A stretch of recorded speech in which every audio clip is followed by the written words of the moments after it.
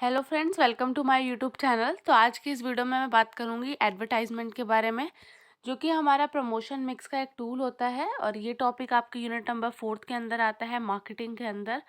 तो इसको स्टार्ट करने से पहले सबसे पहले आता है कि एडवर्टाइजिंग होता क्या है। Originated from Latin word advertere, means to turn to anything bought to notice of the consumer in public. तो एडवर्टाइजिंग जो ये वर्ड है हमारा, ये एक लेटिन वर्ड से लिया गया है, जिसका मतलब होता है एडवर्टायर, जिसको हम बोलते हैं टू टर्न टू। इसके अंदर क्या होता है, एडवर्टाइजिंग एक ऐसी चीज़ होती है जिसके अंदर पब्लिक के अंदर जितनी भी पब्लिक अवेलेबल है वो एक बार उस चीज़ को नोटिस करे। तो कोई भी चीज़ अगर टारगेट ऑडियंस जो नोटिस कर रहा है उसको हम बोलेंगे एडवर्टाइजिंग। इसके बाद में आता है advertising is the any paid form of non-personal presentation and promotion of goods, service or any idea by an identified sponsor। Advertising जो होता है ना, ये एक पेड फॉर्म होता है, क्योंकि इसके लिए हमें बहुत सारा पैसा देना पड़ता है।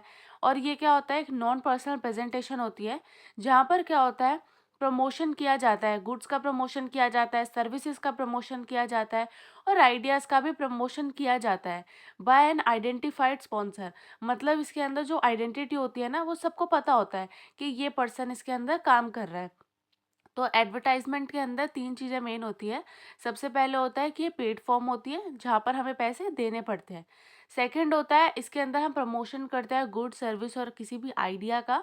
और थर्ड होता है कि जो इसके अंदर आइडेंटिफाइड स्पॉन्सर है, जो आइडेंटिटी है वो सबको पता है। attempts to seek the attention of your audience towards the product or services। इसके अंदर जो एडवर्टाइजिंग का मेन एम क्या होता है कि वो जो पब्लिक की अटेंशन है ना, उसको सीक कर पाए, मतलब पब्लिक जो है उसको अटेंशन दे। जो भी हमारा एक हम एडवर्टीजमेंट कर रहे हैं उसके ऊपर जो जो भी हमारी टारगेट ऑडियंस है वो उसको एक बार तो जरूर देखे, एक बार उसको नोटिस करे। attempts to persuade and influence the audience through the different kind of appeal। अब इसके अंदर क्या होता है, ये जो एडवर्टाइजिंग होती है ये लोगों को क्या करती है, इन्फ्लुएंस करती है, लोगों को इस तरीके से मजबूर करती है कि वो उनके प्रोडक्ट को एक बार तो कम से कम वो ऐसे दिखाते हैं कि एक बार तो आप लोग को हमारे प्रोडक्ट को परचेज करना चाहिए। और वो ये चीज़ दिखाते हैं डिफरेंट काइंड ऑफ अपील के थ्रू। कभी कभी अपील जो होती है इमोशनल होती है, कभी रैशनल अपील होती है। तो इस तरीके से वो अपील्स का जो है वो डिफरेंट काइंड ऑफ अपील्स का यूज़ करते हैं, जिससे कि जो कस्टमर्स है वो उनके प्रोडक्ट को एक बार तो कम से कम परचेज करें। इसके बाद आता है objective of advertising. Objective of advertising के अंदर आता है informative advertising, to create brand awareness and knowledge of new product, of new feature of any existing product. अब इन्फॉर्मेटिव के अंदर क्या आता है, जब भी हमें ब्रांड के बारे में अवेयर करवाना होता है अपने ऑडियंस को, या कुछ नॉलेज देनी होती है, तो इसके अंदर हम क्या करते हैं, एक इन्फॉर्मेटिव एक एडवर्टीजमेंट निकालते हैं जिसके अंदर कुछ हम इंफॉर्मेशन को प्रोवाइड करते हैं। तो इन्फॉर्मेशन हम किसके बारे में प्रोवाइड करते हैं, कोई भी हमारा नया प्रोडक्ट आता है या फिर अगर कोई हमारे पुराने ही प्रोडक्ट के अंदर कुछ भी फीचर्स के अंदर चेंजेस आ रहे हैं, तो वो हम इसके अंदर प्रोवाइड करवाते हैं। इसके अंदर हम एक इन्फॉर्मेशन देते हैं। जैसे कि आज के टाइम पर एक ऐड आ रही है जिसके अंदर क्या होता है, जो हैंड वॉश की ऐड है उसके अंदर वो एक 10 रुपीज़ का सैशे दिखा रहे हैं। अब तो वो क्या होता है, पहले क्या होता था, एक पूरी बॉटल आती थी प्रॉपर। अब उन्होंने अपने पुराने ही प्रोडक्ट के अंदर कुछ न्यू फीचर को ऐड कर दिया है। अब वो न्यू फीचर क्या है, उन्होंने एक क्या निकाला है, एक सैशे निकाला है जिसको पानी के अंदर आप ऐड करोगे तो उसके अंदर कुछ लिक्विड फॉर्म सा वो क्रिएट हो जाता है। तो ये उन्होंने एग्जिस्टिंग प्रोडक्ट के अंदर ही न्यू फीचर्स को ऐड किया है। तो इसको हम बोलते हैं इंफॉर्मेटिव एडवर्टाइजिंग। सेकंड आता है persuasive advertising, to create liking, preference, conviction and purchase of a product. इसके अंदर आता है कि जो टारगेट ऑडियंस है ना हमारी, वो हमारे प्रोडक्ट को लाइक करे, ज़्यादा से ज़्यादा उसे प्रेफर करे और साथ के साथ वो उस प्रोडक्ट को परचेज भी करे। तो ये आता है आपका परसुएसिव के अंदर कि जो कस्टमर्स है वो हमारे प्रोडक्ट को ज़्यादा से ज़्यादा लाइक करे। थर्ड आता है reminder advertising, aims to stimulate repeat purchase of product और सर्विस। रिमाइंडर का मतलब क्या होता है, जैसे किसी एक ही चीज़ को बार बार याद दिलाना। तो इसके अंदर कंपनीज क्या करती है, उनका ये एम रहता है कि जो कस्टमर्स है ना, अगर उन्होंने एक बार उनके प्रोडक्ट को परचेज कर लिया है ना, तो वो बार बार उन्हीं के प्रोडक्ट को परचेज करे। तो वो टाइम टू टाइम उसके अंदर न्यू फीचर्स लॉन्च करते रहते हैं, कुछ न्यू प्रोडक्ट के बारे में बता देते हैं। तो वो इस तरीके से दिखाते हैं कि जो हमारा प्रोडक्ट है उसके अंदर टाइम टू टाइम उसके अंदर चेंजेस भी आ रहे हैं, हम अपडेट भी कर रहे हैं। तो ये थे इसके ऑब्जेक्टिव्स। इसके बाद आता है classification of advertising. Print advertising. Print advertising क्या होता है, जिसके अंदर हम कुछ प्रिंट करते हैं या फिर जो एडवर्टीजमेंट दिखाई जाती है प्रिंट मीडिया के थ्रू, जैसे कि न्यूज़पेपर हो गया और मैगजीन। तो इसके अंदर जो भी एडवर्टाइजमेंट आती है वो आता है आपका प्रिंट मीडिया के अंदर। सेकंड आता है ब्रॉडकास्ट। अब ब्रॉडकास्ट जैसे कि नाम से ही आपको समझ आ रहा है, तो इसके अंदर कहाँ कहाँ पे ब्रॉडकास्ट होता है, जैसे कि टेलीविजन, रेडियो, इंटरनेट। तो ये सब आता है आपका ब्रॉडकास्ट के अंदर।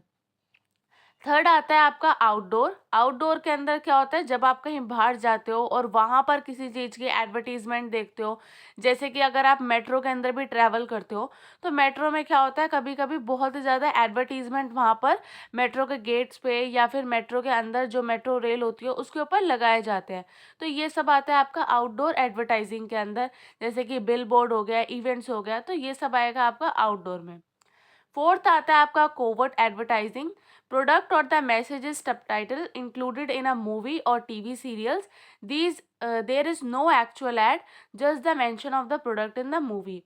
अब इसके अंदर क्या होता है, कभी कभी किसी मूवी के अंदर या फिर जो टीवी सीरियल्स आते हैं उसके अंदर वो कभी कभी ऐड कर देते हैं। जैसे कि टीवी सीरियल में अगर वो किचन के अंदर काम कर रहे हैं तो उसके अंदर वो किसी नमक की ऐड कर देते हैं या फिर किसी मसाले का ऐड कर देते हैं। तो ये सारा आता है आपका कोवर्ट के अंदर, जहाँ पे डायरेक्टली कोई एडवर्टीजमेंट दिखाई नहीं जा रही, बट किसी इनडायरेक्ट मीडियम के थ्रू उसकी ऐड की जा रही है। फिर आपका लास्ट आता है public service advertising. Advertising is for the public cause. इसके अंदर एडवर्टाइजमेंट की जाती है पब्लिक के कॉज के लिए। तो ये थे आपके क्लासिफिकेशन एडवर्टाइजिंग के। इसके बाद आता है आपका नेचर ऑफ एडवर्टाइजिंग, कि एडवर्टाइजिंग का नेचर क्या है। तो जैसे कि हमने इसकी डेफिनेशन के बारे में पढ़ा था, तो वहीं से आपके 4 पॉइंट तो वहीं से निकल कर आ जाते हैं। फर्स्ट आता है आपका पेड फॉर्म। दूसरा आता है आपका नॉन पर्सनल कंजम्पशन।